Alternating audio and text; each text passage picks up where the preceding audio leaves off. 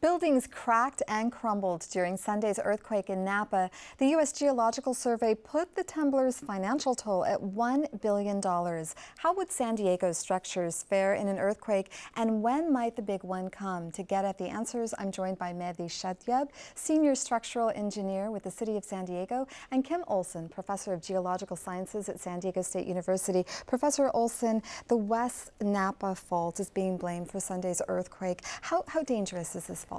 Well, it's a relatively small fault, a strike-slip fault where the two sides are sliding next to each other like the San Andreas fault. It was mapped surface rupture on the fault yesterday by the U.S. Geological Survey along about 10-kilometer, 6-mile stretch on a known part of the fault, and also a previously unknown part of the fault where the earthquake jumped to the east and then continued northward. So partly on the known structure and partly on an unknown part of the fault. Are there any similarities between the West Napa Fault and the Rose Canyon Fault, which runs through downtown San Diego, through La Jolla and up the north coast? Sure, there's many similarities. Both faults are what's called strike-slip faults, where the two sides slide next to each other, and they're both capable of generating magnitude 6 for the Rose Canyon, even up to 7 and larger earthquakes. And Mehdi, I want to move on to you. The Napa earthquake damaged scores of buildings. Several of them had been retrofitted. How vulnerable is San Diego to this kind of damage? Well, we have, by looking at the pictures on television, I haven't had a chance to go and evaluate those buildings, but by looking at those pictures, we have similar type buildings that were built at the early part of the 20th century, primarily in early 1900s. Because of that fact, the state of California legislation required all municipalities along in the entire state of California to basically take an inventory of those type of buildings and basically put a measure in effect that prevents them from collapsing in an event of an earthquake.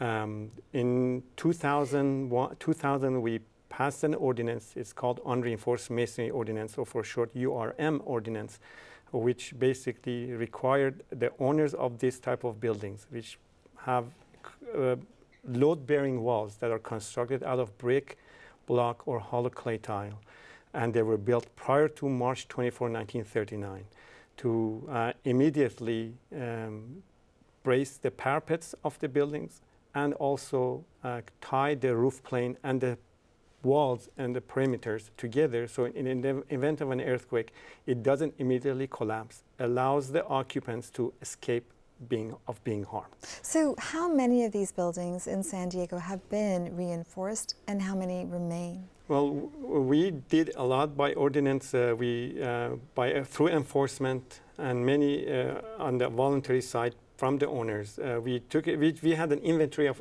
over 800 buildings. Out of these 800 buildings, about a quarter of them were determined to be subject to this ordinance. They are retrofitted. It means the minimum mandatory provisions of the ordinance. The remaining were either determined not to be an unreinforced masonry buildings because they had other lateral load-resisting elements in place, or many of them got demolished, and many of them got fully retrofitted. Professor Olson, there's a 99% chance that there will be a 6.7 earthquake or higher in Southern California over the next 30 years. What do simulations show about the consequences of such an earthquake here?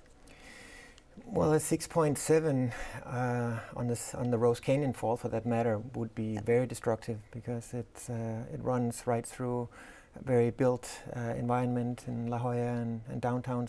And we're looking at the simulation now. Okay, I have focused with my simulations on large earthquakes on the San Andreas Fault in particular, where we can expect magnitude 7.5 up to 8. It's very overdue for the southern segment of the San Andreas, which hasn't ruptured for more than 330 years, and usually the frequency of large earthquakes on the San Andreas is about 100, 150 years. So you can see it's clearly overdue. Professor Olsen, Mehdi, thank you so much for joining us. I appreciate it. Thank you for having us here.